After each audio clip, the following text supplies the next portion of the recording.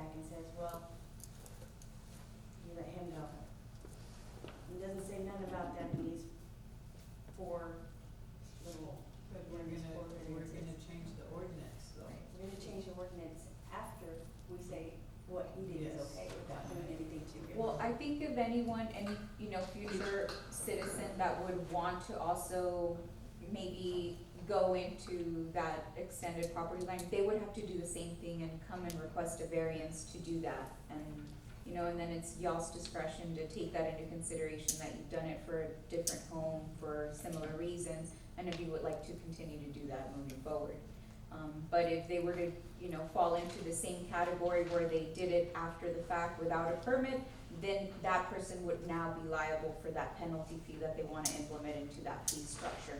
So, again, that would be you guys making that correction, because that's not something that's currently incorporated into your current ordinance. And so it would rectify that by now, that you see and are aware of the issue, addressing it and making a correction moving forward. I think this is a situation where we really don't have everything in place and we are moving forward. So at this point, we learn from our lesson and we fix it moving forward, because that's the only way it's gonna get fixed. And we've slowly are reviewing these zoning requirements. Some are because, again, they're non-conforming lots, the lot size, and then what we require on that zoning needs to be addressed. We do need to amend, but we also have to look at amending them so they can act as a deterrent for any future violations. I know we have another cases very similar to this, the one I described. And their thing is, well, it was already there when I got home. What are we gonna do, See, that one I can understand. Yeah. Okay, it was there when they bought it. So are we gonna charge this one the double, what was it, the double? No, because it's not in the ordinance yet. You guys don't have that kind of prohibition. We tried, but then I went back to look and see if there was anything about, double fines, and we don't have it in the ordinance. I mean, I have tried with several of these non-compliant, cases, but we will, I will work on, with Mr. Reyes, and we'll bring back an amendment to that specific, When do you think? permit. we can see I this? we can work with our legal, counsel and get something to you for the next meeting, Okay. definitely. Okay, and remind council, because you made a motion for a second, you can vote against, you don't have to vote for. Motion and a second to approve this. I'm gonna go ahead and ask, if there's no other questions, I'm gonna go ahead and ask for a vote. All in favor, please say aye. All opposed, please say aye. Yeah, okay. It's, failed by unanimously. Okay? It's gonna be an interesting one for us, we'll let y'all know how it goes.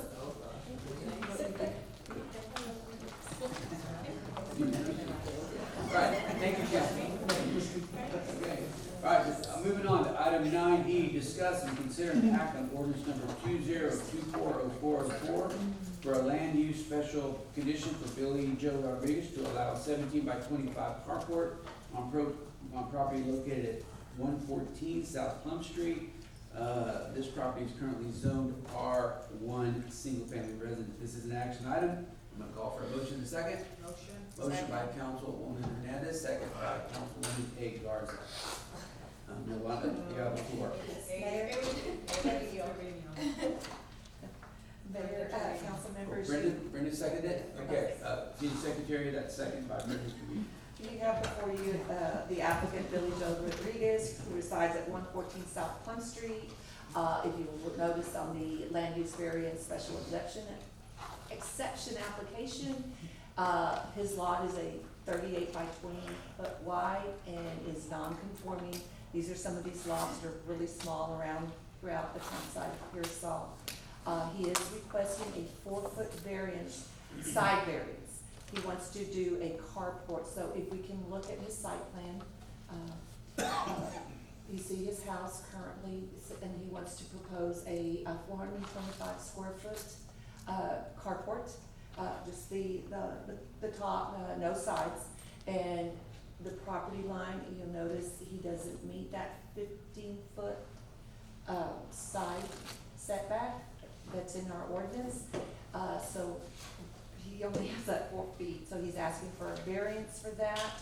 If we can take a look at the actual picture of his home, you'll see how close he is to the fence and to the property next door. This is a case that planning and zoning recommended to deny. Their concern is because the carport is gonna be slanted. They're concerned that the water runoff, when it rains, will flow into the neighbor's property, causing them, be injurious to the property next to them. So they're asking that you deny this permit. This variance. Okay, council, do you have any other questions for, I do need to put for the record, the notification letters.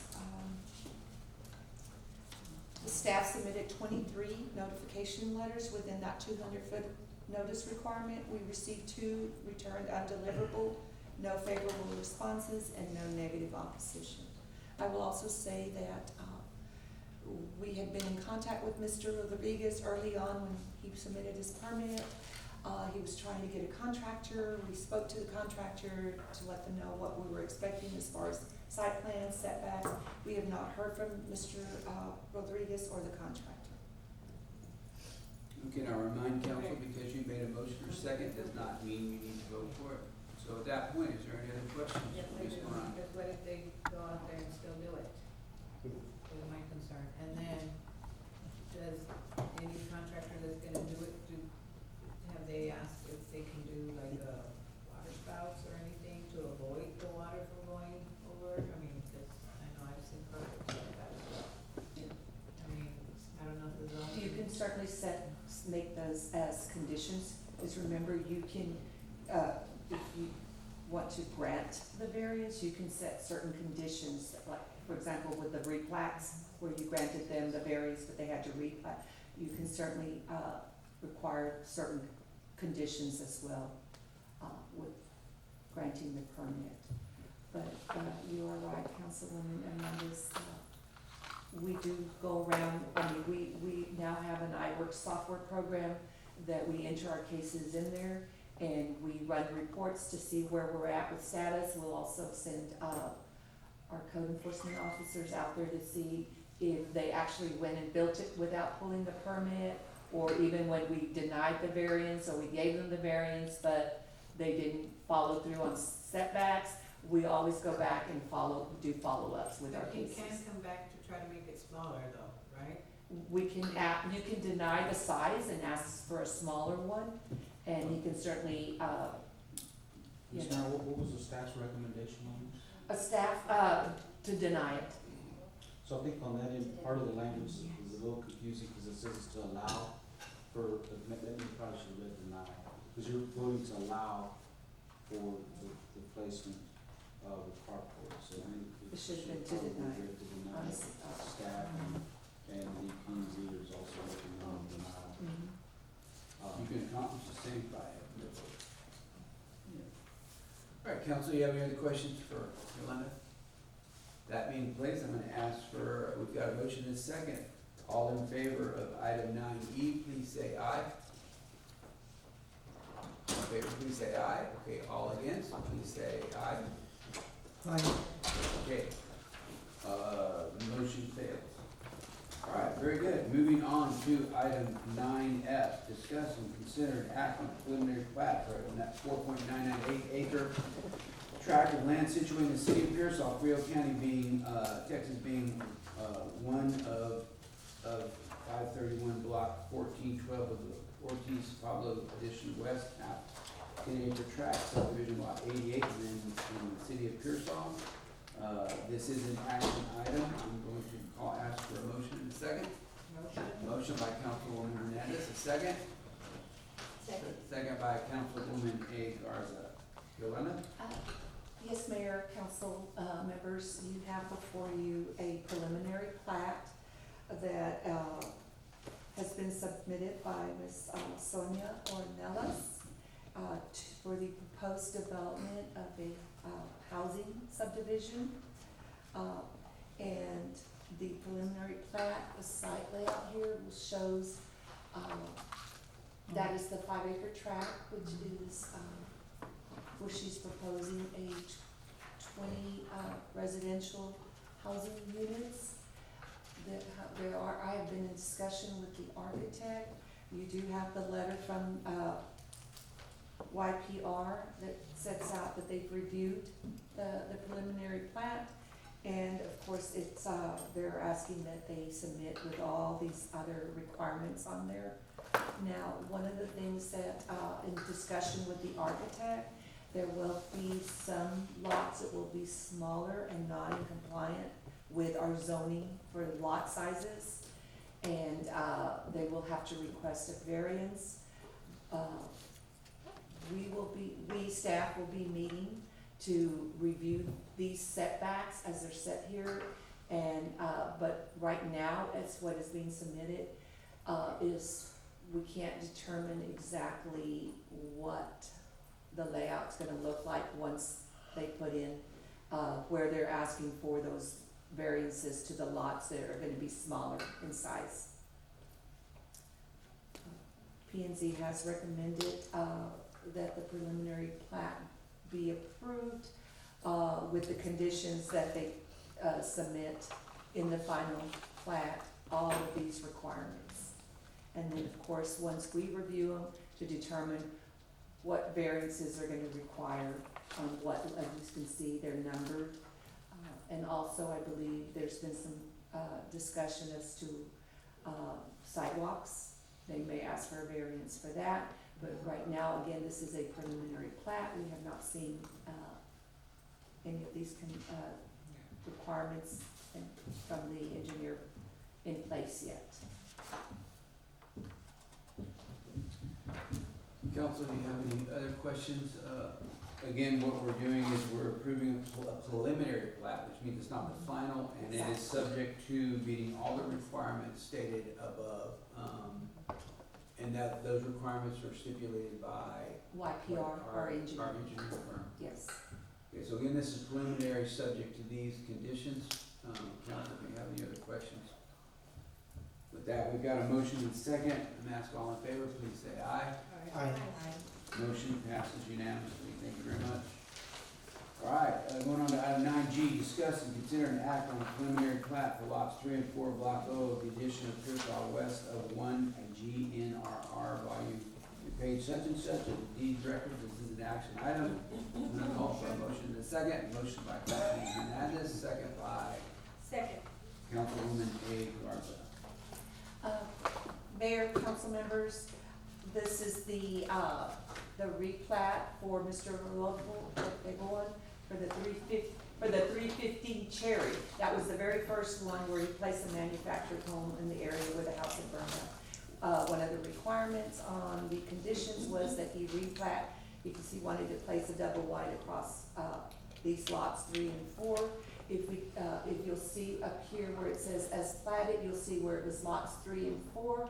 He, has submitted his preliminary plat that shows the replat down at the bottom, where it is now, lot 3A right there. It's been combined into one big lot.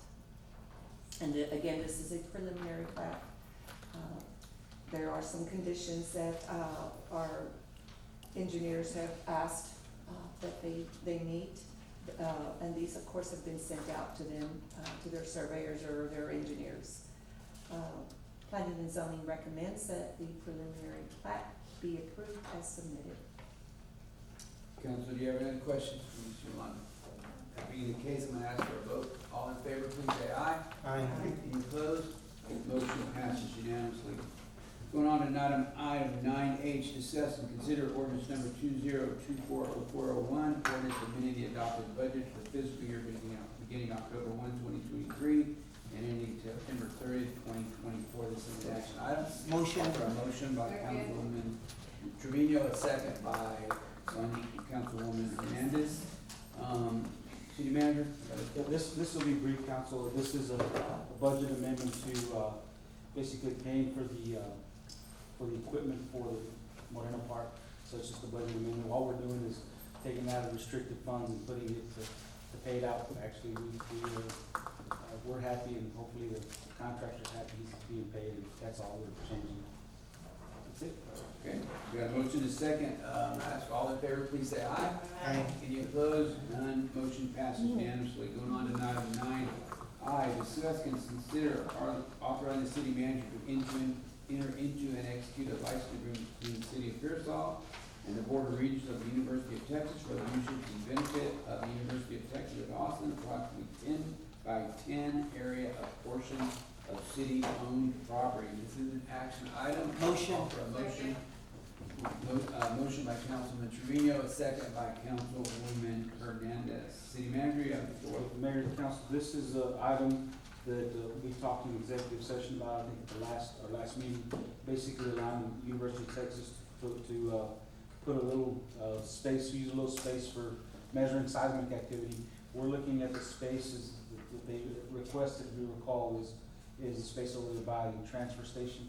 It's by the, so right along that area, it's a 10 by 10, it's not gonna be much, and so we'll try to keep it out of the way as much as possible, but we're asking for your approval tonight. Any questions, council? We've got a motion and second. All in favor, please say aye. Aye. Any opposed? Being none, motion passes unanimously. Item 9J, discuss and consider an act on a resolution for the selection of administration project development service construction management service provider to complete project implemented for the homeowner reconstruction assistance program through Home Investment Partnership Program funded from the Texas Department of Housing and Community Affairs. This is an action item. Call for a motion. I got a motion by Councilman Trevino. I got a second by Councilwoman R. Garza, Assistant City Manager. You have the floor. Yes, Mayor, council members, if you recall, this is you all passed and authorized us to go out for the home program grant, which is a housing rehabilitation grant or a reconstruction grant, which will either, depending on the structure, it could be rehabbed or it would be a whole new construction. We received two proposals. One was Langford Community Management and GrantWorks. Staff, the scoring committee or evaluation team was made up of Mr. Reyes, Mr. Gandera.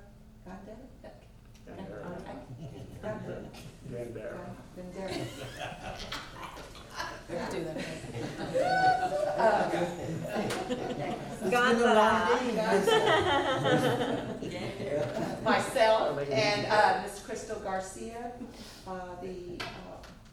We have to say that we're gonna turn it over to you all because they both scored, they ranked the same. So then we moved forward to look at the proposals. Staff did recommend Langford only because their proposals showed that they had more home programs, that they had done more home programs, but again, it was, they're both,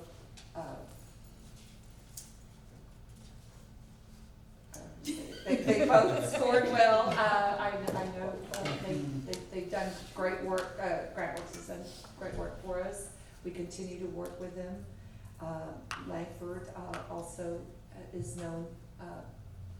So we looked at, okay, who has done more home programs, and that's what it. So give me a little bit more detail on this program, like what it, Oh. what are we looking at? Look at matches around and stuff like that. Yeah. The dollar amount of the homes that get our match. So, I didn't bring that with me, I'm sorry, sir. 10-8? Yeah, 10,000. the dollar amount of the home, what they're gonna place on the home, I know our cost is going to be about 10,800 per home.